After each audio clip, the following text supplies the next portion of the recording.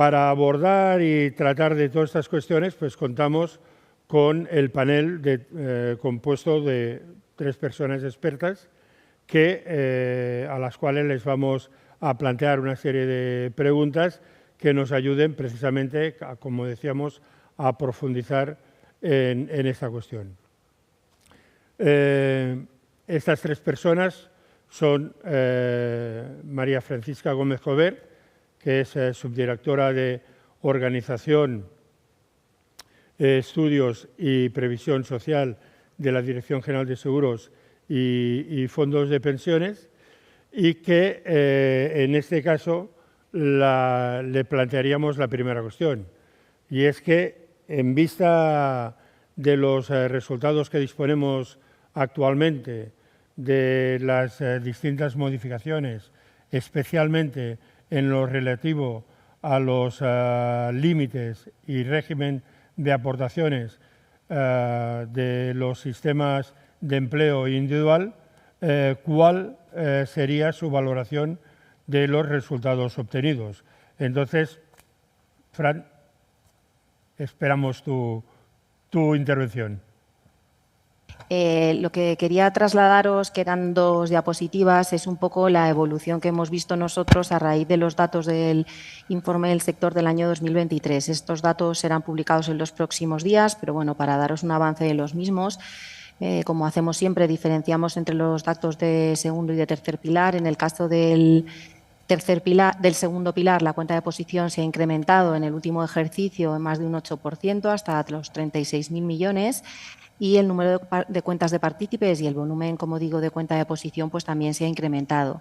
Quizá en este caso lo más importante tras la reforma haya sido precisamente el aumento que ha habido como consecuencia de la entrada de los nuevos planes simplificados y los fondos de pensiones de promoción pública, que al final han supuesto para este año 2023 un incremento del 40% de las aportaciones que se hacen a los planes de empleo. En el caso de los planes individuales, es cierto que el volumen de aportaciones se ha reducido a continuación de la entrada en vigor de la reforma, pero también observamos en el ejercicio 2023, con los últimos datos a cierre de las compañías, que el volumen total de la cuenta de posición de planes individuales también se ha incrementado hasta casi llegar a los datos anteriores a que se pusieran hasta llegar a los datos anteriores de la puesta en marcha de la reforma, hasta los 85.000 millones. Y quizá aquí, como dato a señalar fundamental, sería el del derecho consolidado medio, que hay ahora mismo en estos planes de pensiones, que se ha aumentado en los últimos ejercicios hasta los 15.000 euros por persona. Son datos todavía bajos, pero sí que observamos que en el año 2023 ha habido un repunte de cifras, arrastrados también gracias a la rentabilidad que se ha producido en los últimos ejercicios. Y quizá el dato más importante y que pone más de manifiesto cómo se ha producido esta reforma es el propio dato de la aprobación de planes simplificados. No teníamos ningún plan simplificado. Ahora mismo, a datos de julio, hay 32 planes simplificados, sin perjuicio de que se hayan podido dar en el último mes altas en el registro. Y quizá el volumen más importante y que me gustaría destacar en esta intervención sería el número de personas que se han incluido en previsión social complementaria de segundo pilar. Más de 500.000 partícipes, son 500.000 trabajadores vinculados a distintos sectores, se han incorporado como partícipes a planes de pensiones de empleo de segundo pilar, y también un colectivo que hasta ahora no estaba incluido en el segundo pilar, sino en el tercero, como eran los autónomos, que han pasado a tener 30 planes en la verdad que pocos meses, y más de 25.000 partícipes se han incorporado a este segundo pilar. Y otro dato que también me parece importante resaltar ha sido precisamente el número de promotores que están integrados ahora mismo en planes de empleo. El sector español de empresas está configurado por un 90% de pymes, y bueno, más de 54.000 nuevos promotores de planes de pensiones de empleo se han integrado también en este segundo pilar de previsión social. En general, los datos que observamos en el 2023 son positivos. Se han incrementado los 2 pilares, ya digo, vienen de la mano de las rentabilidades, pero también del incremento de las aportaciones, y sobre todo creo que el objetivo de la reforma, que era potenciar este segundo pilar con la creación de los planes simplificados, sí se está viendo cumplido, y bueno, esperamos que siga desarrollándose en los próximos meses. Muy bien, gracias, Fran.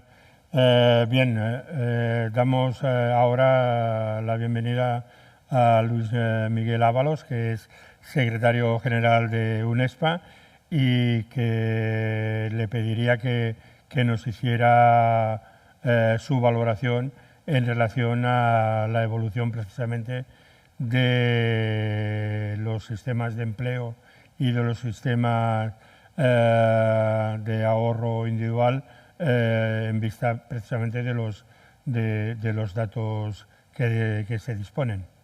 Luis Miguel, cuando quieras. Muchísimas gracias y sobre todo al observatorio por darnos la ocasión de transmitir el punto de vista del sector asegurador en esta materia que nos incumbe. Una pequeña precisión, simplemente decir que esto, bueno, lo conocemos los que estamos en este aspecto, en este mundillo de la previsión social. Las entidades aseguradoras son también entidades que gestionan planes y fondos de pensiones. Por ese motivo, pues estoy aquí interviniendo en esta jornada y más o menos tenemos a través de entidades aseguradoras, bien directamente o bien como filiales dependientes directamente de la entidad aseguradora, gestionamos aproximadamente un 40% del patrimonio de los planes y fondos de pensiones. Hecha esta breve introducción, bueno, coincido con la subdirectora general, ¿no?, en cuanto a la valoración positiva de la ley del impulso de los planes de pensiones de empleo, de la ley 12/2022. Es verdad que gracias a esta ley se ha vuelto a hablar de los planes de pensiones y está ahora en el foco de la mayor parte de las empresas y, por supuesto, de los departamentos de recursos humanos de casi todas las grandes empresas y también por parte de las asociaciones empresariales sectoriales. Esa es la parte positiva. Yo creo que desde que salió la ley del 87, el reglamento del 88, no habíamos visto un impulso tan significativo. Lo que pasa es que no estamos de acuerdo con el régimen que se ha fijado de aportaciones al sistema. El problema de base ha sido que se ha intentado, ¿no?, planificar un crecimiento del segundo pilar, que estamos totalmente de acuerdo por parte del sector privado, a costa del tercer pilar, que es el ahorro individual. Y esto se ha visto pues en la reducción de los límites de aportaciones a los sistemas individuales. Actualmente este límite es de 1.500 euros. Os recordamos a todos los que no os acordéis de cómo han ido evolucionando estos límites. Creo que en sus orígenes este límite estaba fijado en 8.000 euros con posibilidad de llegar hasta los 24.250 euros para los partícipes mayores de 52 años.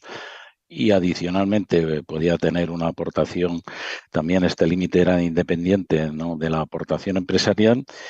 Y respecto a cómo ha evolucionado o el efecto que ha tenido esta reducción de límites, según los datos de Inverco, se ha perdido, aunque hayamos crecido en patrimonio en el sistema individual, pero se ha perdido desde el año 2021 7.100 millones de aportaciones que se han dejado de hacer este sistema y que se venían realizando.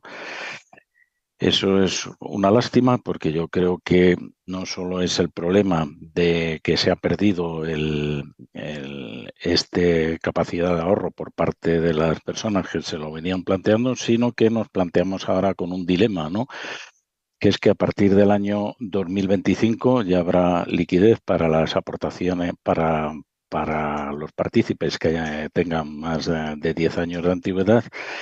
Y se está pensando ahora por todos los expertos y también por muchas de las personas que ahora mismo son partícipes de los sistemas individuales, si con un límite de 1.500 euros es un sistema idóneo para planificar mi jubilación.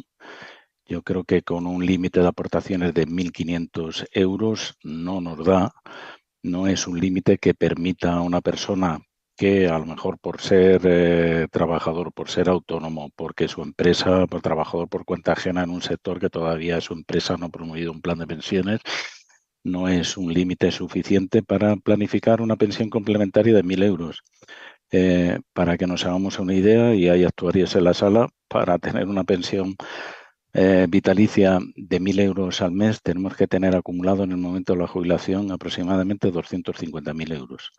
Yo creo que con los derechos consolidados medios de 15.000 euros, nos queda todavía mucho camino por recorrer y desde luego el camino no está por la rebaja de los límites ni tampoco por el esquema que hay también en el sistema de empleo de Matching Contribution, en el cual la aportación de los trabajadores, si tienen la suerte de que su empresa o su sector empresarial haya promovido un plan de pensiones, esté condicionada a la posibilidad de que la empresa aporta una cantidad equivalente. Entonces, por resumir y no consumir mucho, valoración positiva de la ley de impulso y valoración totalmente negativa del sistema que se ha diseñado de aportaciones al sistema de planes de pensiones, incluso dentro del propio segundo pilar. Gracias, Luis Miguel. Y en tercer lugar, saludamos a Mariano Jiménez, que es director general de Consultora de Pensiones y Previsión Social, CPPS, y presidente de Ocopen. Mariano, la misma pregunta que para ti. ¿Cuál es tu valoración de los resultados obtenidos, de las distintas modificaciones e iniciativas legislativas? Cuando quieras. Muy bien, muchas gracias Jordi, muchas gracias al Observatorio por volverme a dar esta oportunidad de participar en un evento sobre estos temas. En primer lugar, yo querría citar un poco los antecedentes de por qué esta reforma, estos límites, estas modificaciones, y creo que nos tenemos que ir al año 2020, a las recomendaciones del Pacto de Toledo, que ya marcaba una orientación de impulso de la previsión social complementaria a través del segundo pilar y también del plan de transformación y resiliencia de su componente 30. También establecía la creación de un marco jurídico que impulsara los elementos del segundo pilar. Todo esto es positivo y con los datos que nos ha dado Fran, corroborados por lo que decía Luis, efectivamente se ha producido un impulso y un impulso importante. Creo que se ha creado un marco favorecedor de la previsión social complementaria del segundo pilar, como hacía muchos años, muchas décadas al que no asistíamos, pero efectivamente los tempos que se han utilizado probablemente no han sido los adecuados. Es decir, desmontar en cierta forma o desvestir a un santo para vestir a otro no creo que sea una buena idea y es un poco lo que se ha hecho en esta ocasión. ¿Y por qué los tempos no han sido los más adecuados? Pues porque hay que tener en cuenta que los sistemas de segundo pilar tienen un periodo de maduración mucho más lento que las medidas que influyen en el primer pilar. El segundo pilar influye o depende de la negociación colectiva entre empresa y trabajadores, de la creación de nuevos compromisos por pensiones. La negociación colectiva en España hay que contar que está tremendamente descentralizada, es decir, hay muchos sectores que tienen su propia negociación colectiva y en los cuales muchos de los convenios son provinciales, es decir, no son ni a nivel de comunidad autónoma ni a nivel estatal, lo que dificulta que haya una expansión y un ritmo adecuado de creación de planes de empleo. ¿Esto qué ha provocado? Pues ha provocado que determinados colectivos que yo creo que se han visto especialmente perjudicados, como son los autónomos o todos aquellos trabajadores que no han podido acceder a un plan de pensiones de empleo porque su empresa no tiene un plan de pensiones de empleo, pues se han visto perjudicados por este tema. Entonces, es verdad que la ley de impulso y las cifras están ahí, ha mejorado la situación del segundo pilar, pero creo que hacen falta medidas adicionales de todos los ámbitos, ¿no? Y me voy a fijar precisamente en el tema de la negociación colectiva.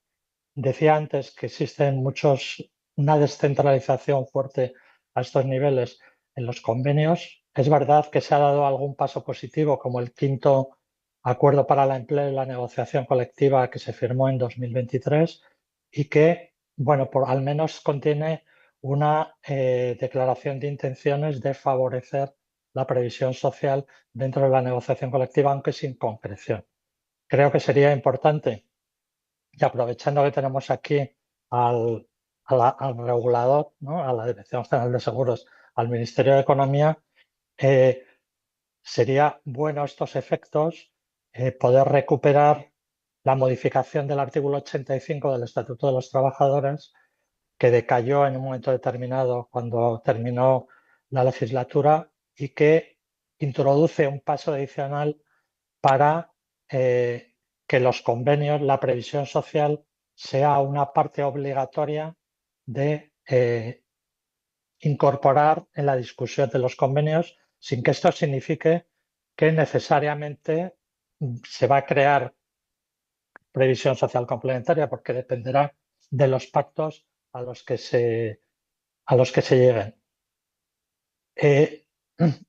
Otra petición, otro comentario sobre el tema o la regulación de los límites es que creo que se ha introducido demasiada complejidad y que a veces para que las propias empresas, los trabajadores puedan hacerse una idea de qué es lo que pueden aportar, en qué condiciones, etcétera, el sistema es un poco complejo, ¿no? La tabla que existe de límites, como también es complejo la reducción de cotizaciones a la seguridad social por aportaciones a planes de empleo.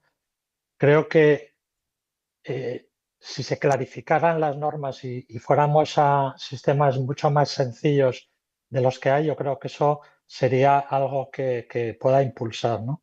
Como última referencia, quería hacer mención a una reciente noticia que leí hace poco, que está muy relacionada con los límites de aportación y que yo creo que viene a consolidar una vieja reivindicación del sector de separar los límites financieros y los límites fiscales. Es decir, la Comisión Europea ha iniciado un procedimiento de posible infracción a España por la limitación de la libre circulación de personas, de capitales, etcétera, porque se impide en la normativa, concretamente en la de productos de previsión social, se impide aportar por encima de los límites fiscales, cosa que nunca ha encontrado ninguna justificación. Lo normal es que existe un compromiso, hay unos límites de aportación financieros y luego hay unos límites fiscales en función de las disponibilidades que haya por parte de Hacienda en cada momento. Para cerrar esta intervención, simplemente recordar que al final el objetivo de cualquier sistema de pensiones, en nuestro caso caracterizado por 3 pilares, es proveer ingresos en la jubilación a los ciudadanos lo más parecido, lo más cercanos a los que tenía en la etapa activa. Y que para ello los 3 pilares son absolutamente necesarios. Creo que los pilares 2 y 3 en absoluto son sustitutivos y que sin embargo tienen que ser complementarios. Nada más. Gracias, Mariano. Bueno, quisiera aprovechar para decir que quizá hay tantos temas pendientes o necesarios de abordar para el desarrollo de la previsión social complementaria que tiene sentido las dos iniciativas por parte de que conviven, una por parte de Ocopen y otro por parte del observatorio, de que en el caso de Ocopen en forma de manifiesto a favor del desarrollo de la previsión social complementaria y por parte del observatorio pues también como manifiesto, y que precisamente es uno de los temas que habrá que abordar para el pleno desarrollo de cada uno de los dos sistemas complementarios. Pero en cualquier caso, antes de entrar en la cuestión de qué medidas serían necesarias para desarrollar el sistema de empleo, quisiera plantearle a Fran una cuestión en relación a la importancia del ahorro. El ahorro es importante tanto para la economía de las personas como la economía del país. Haciendo referencia a lo que antes señalaba de la exposición de motivos de la ley de 1987, la primera ley reguladora de planes y fondos de pensiones de España, se señalaba que en España se adolecía de una debilidad del mercado de capitales. Por otro lado, en España se ahorra, el problema está que se ahorra dentro de las muchas y variadas formas de ahorro, preferentemente en activos inmovilizados y más en concretamente, mayoritariamente en la propia vivienda. Teniendo en cuenta la importancia del ahorro financiero, en términos de educación financiera, a tu juicio, Fran, ¿cuáles serían las medidas, las iniciativas que serían interesantes impulsar precisamente para esta educación financiera, fomentando el ahorro, ya sea colectivo, ya sea individual? Bueno, yo creo que aquí la verdad que se ha hecho mucho trabajo ya en los últimos años y tenemos unos programas de educación financiera ahora mismo en todos los ámbitos que son muy importantes. Desde el punto de vista concreto de la Dirección General de Seguros y Fondos de Pensiones, desde de forma menos expresa y más expresa desde el año 2018, junto a nuestra función como reguladores y supervisores, también tenemos una función en relación precisamente con lo que sería la educación financiera a través del Plan de Educación Financiera. Junto con el Banco de España y con la Comisión Nacional del Mercado de Valores, como digo, además de estas iniciativas supervisoras, de forma expresa desde el año 2018, la Dirección General de Seguros y Fondos de Pensiones, junto con la Dirección General de la Secretaría General del Tesoro, participamos como promotores del Plan de Educación Financiera. Este plan de educación financiera que conocéis en el observatorio perfectamente tiene una red de colaboradores y a través de esta red de colaboradores y de los propios promotores del plan, pues se desarrollan un montón de iniciativas en el ámbito de la educación financiera. Y precisamente en el plan que comprende los años 2022-2025 ha sido el primero en el que se han incluido en materia específica de previsión social complementaria. Se hablaba de seguros, pero no se hablaba de forma concreta de previsión social complementaria, con la idea de ampliar lo que sería el conocimiento que tiene la sociedad sobre la previsión social complementaria, si estamos hablando de ahorro en previsión social complementaria, y facilitar en todas las edades educativas y posteriormente también a determinados colectivos que siempre llamamos vulnerables, pero bueno, sería a todos información específica sobre las posibilidades de ahorro de educación en previsión social complementaria, etcétera. Aquí iniciativas que se hacen actualmente, pues bueno, muchas. Empezamos por el propio Día de la Educación Financiera, que es el primer lunes de octubre de cada año. Este año es el día 7 y tiene como objetivo o como lema las finanzas digitales. Incluimos educación financiera y, como digo, por primera vez materias de previsión social complementaria, tanto en los programas escolares como en los programas universitarios, como a través de la red de colaboradores, en los que, entre otros, pues también participa UNESPA. Se otorgan una serie de premios en relación con finanzas para todos y se participa en multitud de iniciativas. Como digo, en el ámbito concreto del ahorro previsional, por primera vez en el Plan de Educación Financiera, en los años 22 a 25 se ha incluido de forma expresa el tema de la previsión social complementaria y lo que estamos intentando es pues, actualizar en la página web de Finanzas para Todos diferentes pequeñas píldoras de información sobre previsión social complementaria, etcétera. Lo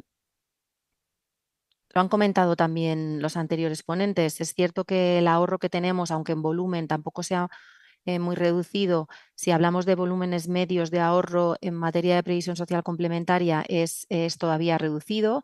No nos olvidamos de que no existen solo planes de pensiones en todas sus modalidades, sino también tenemos otro conjunto de instrumentos que en el ámbito tanto del segundo pilar como del tercer pilar suponen ahorro en esta previsión social y que también suman en los desarrollos que se están efectuando. Pero bueno, desde la dirección entendemos fundamental todo lo que es materia, como decía, de educación financiera, y vamos poco a poco intentando que con estas pequeñas iniciativas ampliar el ámbito de información que otorgamos en materia previsional. Tenemos la fortuna y el privilegio de poder participar de estas iniciativas del Plan de Educación Financiera que impulsa la Dirección General de Seguros y Fondos de Pensiones, el Banco de España y la Comisión Nacional del Mercado de Valores, con nuestra incorporación en la red de colaboradores. Y el día 7 de octubre, ahí estaremos, el Día de la Educación Financiera, que por cierto, adelanto que realizaremos un webinar donde vamos a abordar precisamente el tema del ahorro en la vivienda y la mejora de la salud financiera de los mayores, ¿no?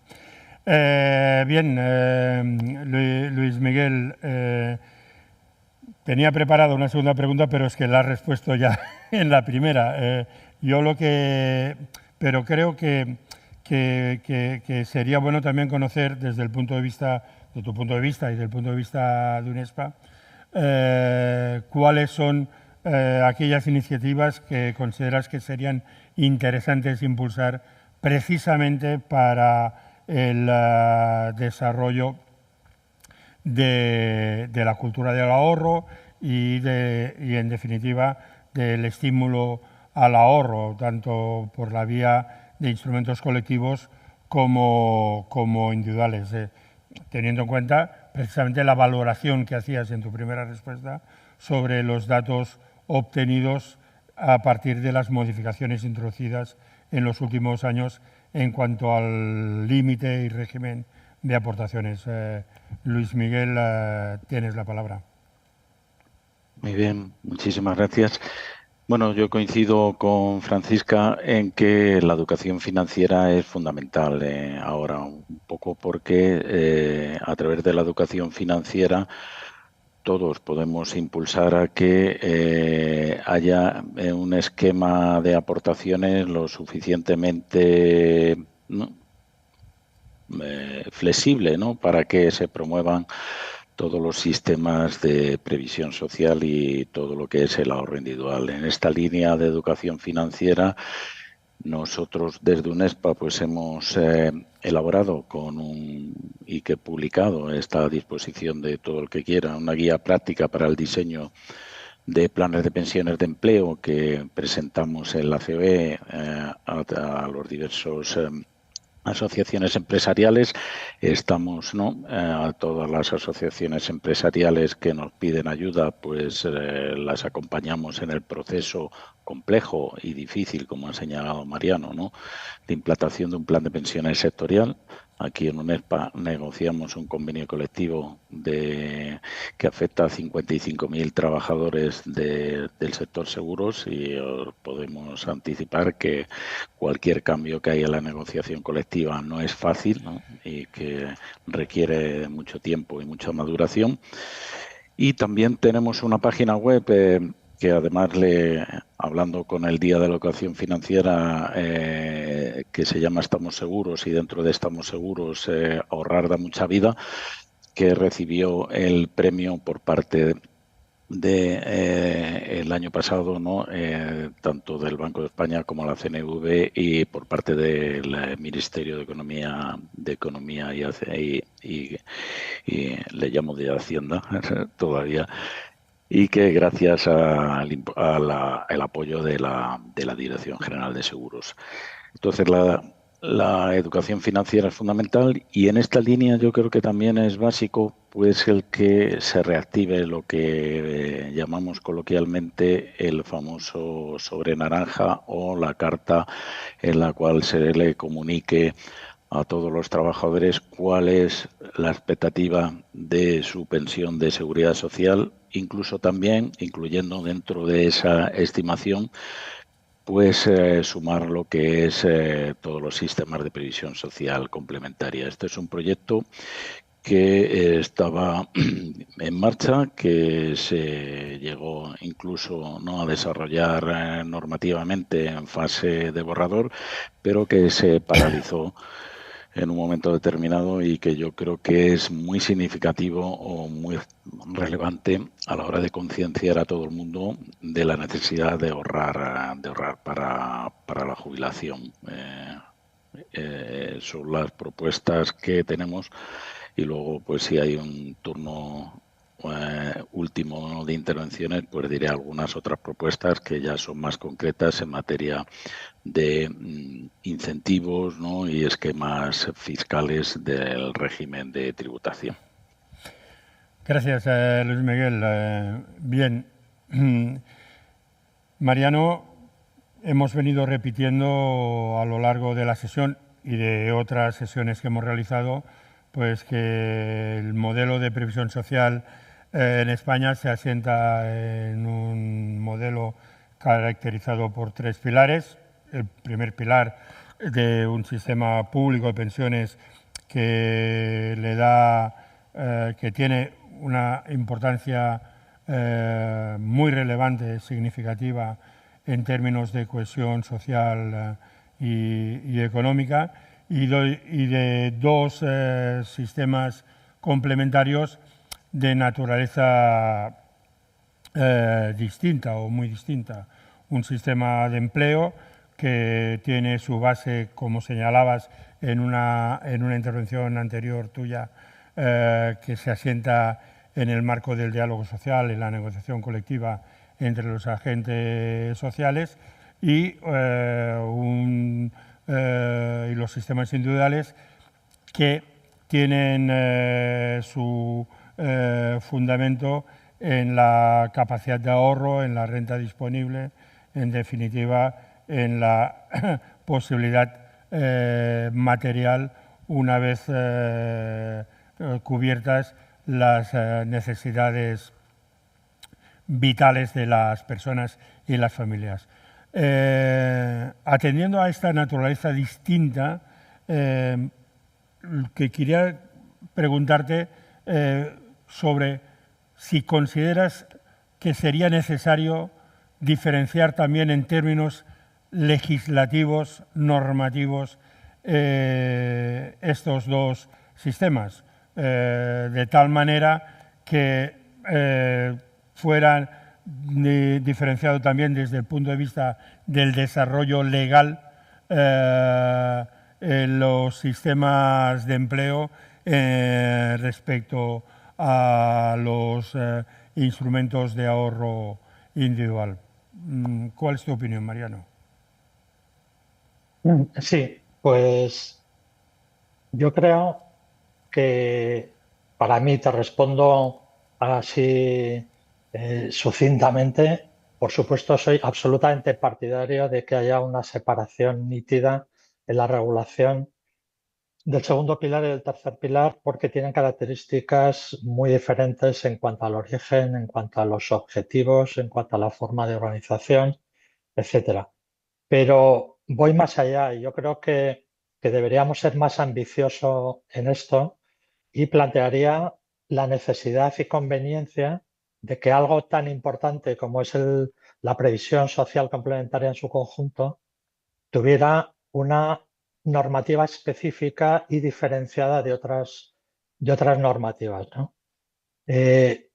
Antes lo ha dicho Fran cuando se ha referido a que, bueno, están los planes de pensiones, pero hay otros instrumentos de previsión social. Recuerdo que dentro de la previsión social complementaria tenemos los planes de pensiones de empleo y personales por un lado, pero están también los PPAs, están los PPSEs, están los seguros colectivos que instrumentan compromisos por pensiones, están también a veces olvidadas mutualidades de previsión social, tanto empresariales como individuales, que comparten los mismos objetivos de la previsión social, comparten el tratamiento fiscal, con lo cual son todo instrumentos de previsión social complementaria. Y, por tanto, creo que ahora mismo la dispersión normativa que existe para cada uno de estos instrumentos dificulta mucho, lo primero, su conocimiento por parte de los ciudadanos, por parte de las empresas, de los trabajadores ciudadanos en general. Y uniendo con lo que decíais en la intervención anterior, en un país donde carecemos de una educación financiera y cultura financiera con cierto nivel mínimo adecuado, pues disponer de varios instrumentos como los que he citado de previsión social complementaria y tenerlos dispersos, creo que dificulta enormemente ya no solo su conocimiento, sino su análisis por parte de los implicados, de los interesados y, por supuesto, la toma de decisiones sobre cuál es el instrumento que me conviene más en cada momento. Por lo tanto, creo que sería muy bueno una ley de previsión social complementaria que agrupara ahora la legislación dispersa de todos los instrumentos. Por otro lado, dentro de esa ley de previsión social complementaria específica, que creo que lo merece el tema, por supuesto, creo que el origen, la naturaleza, los objetivos que persigue el segundo pilar de los instrumentos del tercer pilar son totalmente diferentes y justifican que haya un tratamiento diferenciado y se identifique claramente esas diferencias en la normativa, diferenciando por un lado los planes de empleo, los instrumentos de carácter empresarial de los individuales. He sabido que los instrumentos colectivos nacen de la negociación entre empresa y trabajadores, pero es que además persiguen otros objetivos como son, por ejemplo, para las empresas, llevar a cabo su política retributiva, otras políticas como pueden ser políticas en cuanto a atracción, retención de talento, etcétera. Esto es algo importante que diferencia unos instrumentos de otros y que deberían tener su tratamiento específico. Pero también tienen una organización totalmente distinta. Los planes, por ejemplo, ya refiriendo concretamente a los planes individuales respecto a los de empleo, su organización es radicalmente distinta. Existe una comisión de control, existe un mecanismo de toma de decisiones colectiva en el seno de la comisión de control, unos mecanismos de control, supervisión que no existen en los sistemas individuales, un tema de costes, no entro en otras diferencias, pero que son lo suficientemente importantes para reclamar esa diferenciación entre los distintos planes, sobre todo uniéndolo con lo que hablábamos antes de educación financiera, para que empresas, trabajadores y ciudadanos en general puedan conocer y tener en cuenta las diferencias. Yo creo que se han producido a lo largo del tiempo importantes contradicciones o distorsiones cuando se ha regulado o se ha pretendido regular, por ejemplo, partiendo de o pensando en un sistema individual, o se ha trasladado o se pretendía trasladar a empleo, eso ha provocado distintas incoherencias en la normativa que yo creo estarían solucionadas si tuviéramos una separación estricta entre los dos sistemas. Pero de la misma forma que, en mi opinión personal, a veces la normativa de seguros se ha intentado transponer en cierta forma sin demasiados cambios o sin demasiadas adaptaciones a la legislación de planes y fondos de pensiones, cuando son entidades, instrumentos, productos sustancialmente diferentes. Y yo creo que esto ha distorsionado de forma importante el mercado, con lo cual, para concluir, me reafirmo, ley de previsión social complementaria específica y separación en la normativa de los productos instrumentos de empleo y individuales. Muchas gracias, Mariano. Vamos a la tercera y última ronda de preguntas. Voy a pedir a los expertos una brevedad para poder acabar en tiempo el webinar, y también planteando que por razones técnicas el orden de preguntas y respuestas en esta ocasión va a ser distinta. Vamos a empezar por Luis Miguel, vamos a continuar luego con Mariano y vamos a acabar con Fran. Vamos a por la tercera, como se dirían en las sevillanas. Luis Miguel, algunas voces dicen que el peso de la fiscalidad para la promoción de los planes de pensiones es excesivo desde el punto de vista de acaparar, por decirlo así, las ventajas a la hora precisamente de promocionar estos instrumentos. A tu juicio, ¿qué otras medidas serían interesantes proponer? Por ejemplo, no con eso pretendo dar la respuesta a la pregunta, pues por ejemplo, a la bonificación directa de aportaciones, o favorecer el cobro en forma de renta, o, como señalabas, pues a mejorar todo lo que tiene que ver con la transparencia e información. Bien, interesados en conocer tu opinión, Luis Miguel. Muy bien. Hombre, los principales incentivos son los fiscales, no nos engañemos, ¿no?, del tema.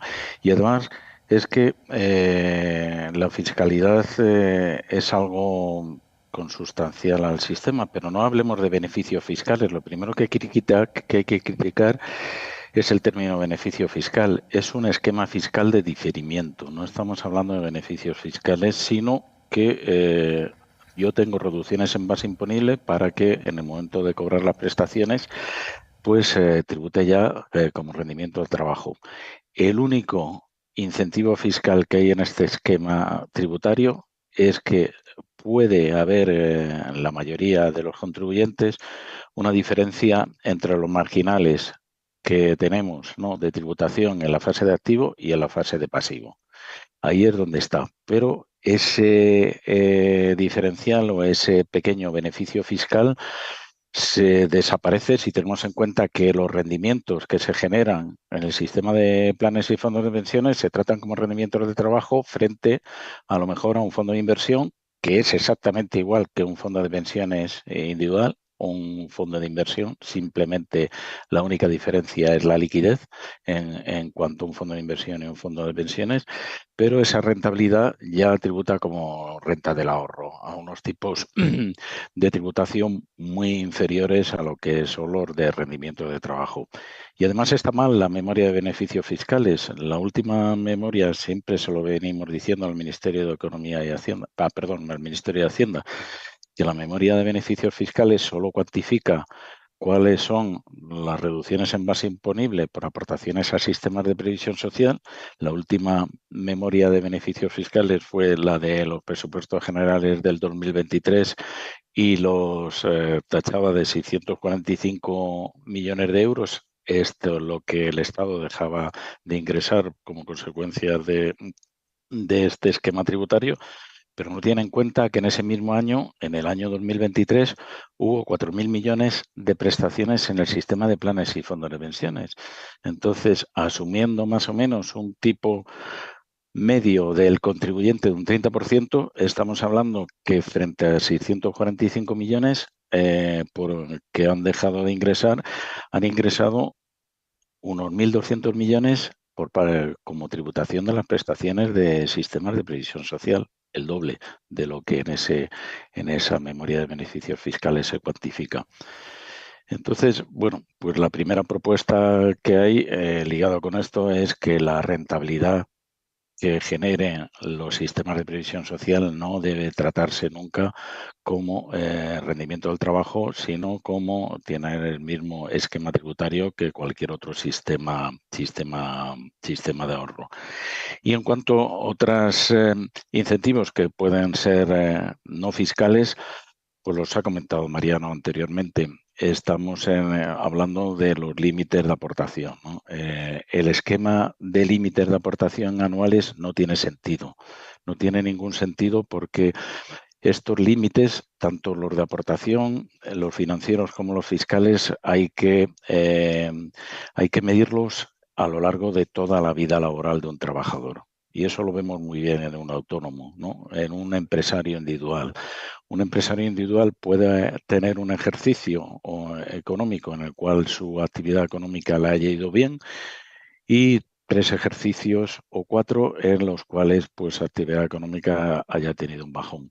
No hay ningún problema con este esquema fiscal de diferimiento en que los límites sean absolutos y que un empresario individual o un trabajador pueda aportar 40.000 euros, por ejemplo, o 30.000, ¿no?, en un año y luego dejar de aportar en los 2 o 3 años siguientes, siempre y cuando midamos a lo largo de la vida laboral este sistema de aportaciones, tanto en los límites financieros como fiscales. Luego, el sistema de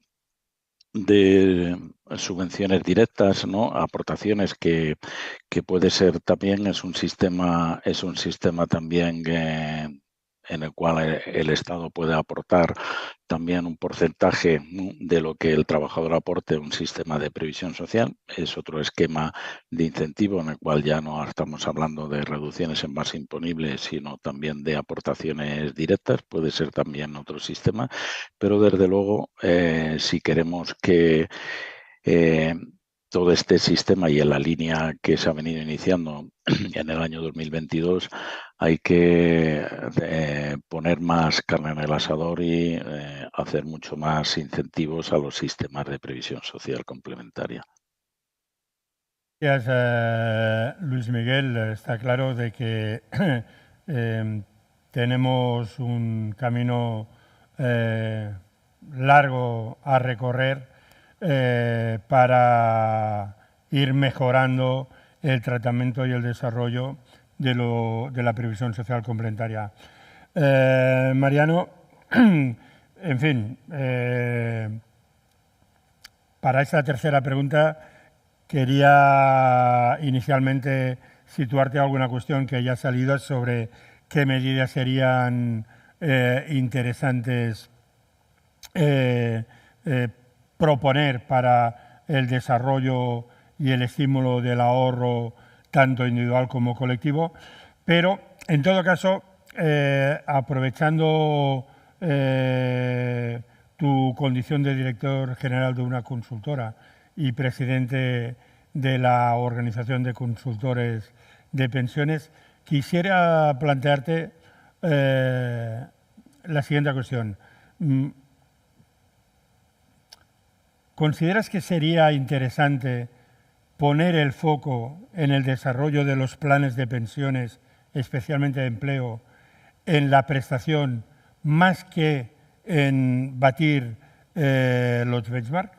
Lo digo porque sin perder la modalidad de aportación definida, la propia legislación permite a los planes de pensiones, precisamente de aportación definida, tener en cuenta la posibilidad de constituir reservas voluntarias precisamente para ir modulando los resultados y, de algún modo, que el objetivo sea la prestación final.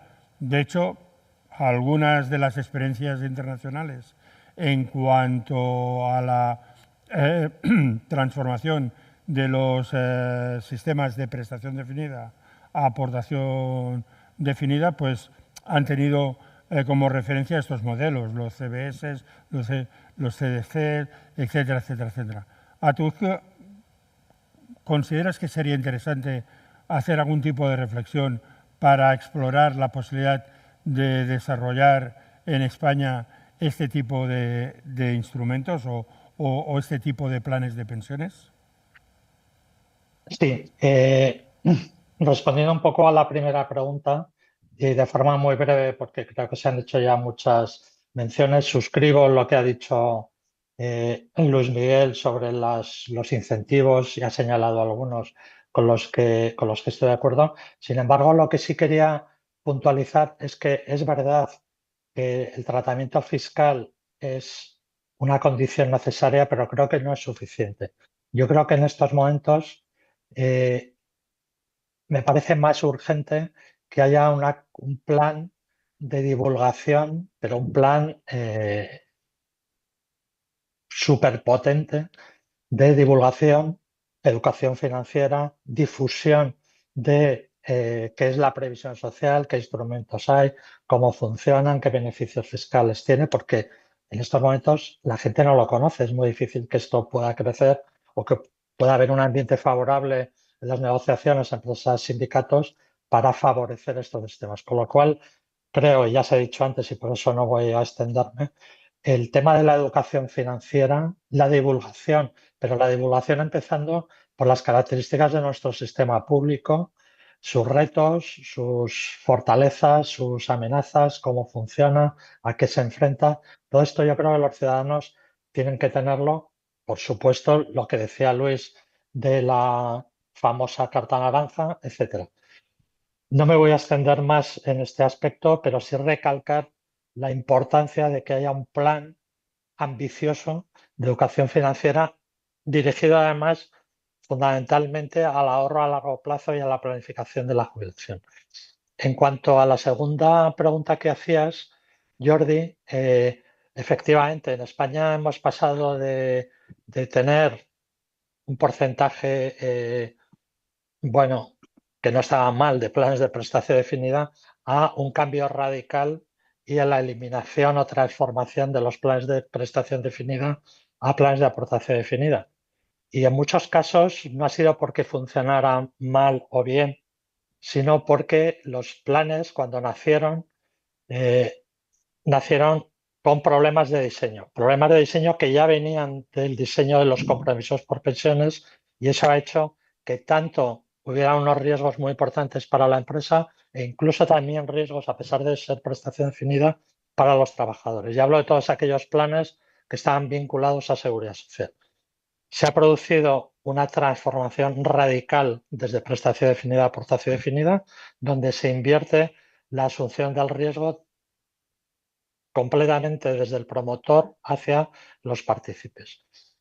Y tal como comentaba Jordi, es usual en muchos países de nuestro entorno y yo creo que sería una experiencia a estudiar en España el ir hacia explorar una serie de modelos híbridos que combinan prestación definida con aportación definida, como pueden ser el CDC que se utiliza en los Países Bajos o los Cash Balance Plans en Estados Unidos. En definitiva, modelos que combinan una aportación definida para la empresa en la que mantiene, digamos, esa aversión a asumir el riesgo de posibles desviaciones o posibles déficits actuariales con la prestación definida, digamos, objetivo, prestación definida proyectada para los trabajadores para que se adaptaran mejor a lo que significa un sistema del segundo pilar, que es complementar la pensión de la seguridad social. Por tanto, parece ser que el objetivo natural de un sistema del segundo pilar sería tomar como referencia qué pensión del sistema complementario podríamos obtener. A este respecto, y volviendo a lo de la seguridad social, famoso sobre naranja, a partir del 2025 entra en vigor el envío de la nueva declaración de prestaciones de pensión que sí va a ofrecer una proyección de la pensión estimada en los planes de pensiones de empleo. Algo que, repito, sería fundamental para el primer pilar. Quizá la existencia o la puesta en funcionamiento de esta nueva declaración de prestaciones de pensión abra un poco las posibilidades y favorezca el estudio de estos modelos de carácter híbrido que combina aportación con prestación definida y que, como decía Jordi, también la legislación española, aunque ya lo incluye, sin embargo, no se ha utilizado esas posibilidades que ofrece la creación o la generación de un margen de solvencia voluntario que pudiera acotar la posible variabilidad de los planes de aportación definida para que no tuvieran un riesgo propio de los mercados financieros en los que invierten. Y, por supuesto, yo creo que esto es un reto que los consultores en España deberíamos afrontar tratar de introducir a las comisiones de control. Muchas gracias. Gracias, Mariano. La verdad que este tema, ya en su día publicamos un artículo en la revista Actuarios, un miembro del observatorio, Enrique Pociello, yo precisamente hablando sobre la conveniencia de avanzar en estos modelos y, como decimos aquí, Sant ja girat feina, o sea, se nos presenta ahí un reto donde, a ver, entre el Ocopen y el observatorio podemos, como mínimo, impulsar un debate al respecto. Por último, vamos a dar la palabra a Fran para plantearle la última cuestión. Ya ha salido en alguna otra intervención sobre el hecho de que el desarrollo del segundo pilar necesita la participación de terceros, que en este caso pues los agentes sociales, que mediante el proceso de diálogo social y negociación colectiva introduzcan en el ámbito de los convenios colectivos instrumentos de previsión social. Hay iniciativas, se ha hecho referencia al quinto ANC firmado el año 2023. Ha habido alguna iniciativa que no acabó de ver la luz por la finalización de la anterior legislatura, como era la modificación del artículo 85 del Estatuto. Bien, Fran, en el ámbito de la Administración, en estos momentos se está barajando alguna iniciativa precisamente para incentivar, para favorecer la introducción en el marco del diálogo social de instrumentos de previsión social complementaria. ¿Cómo está la cuestión?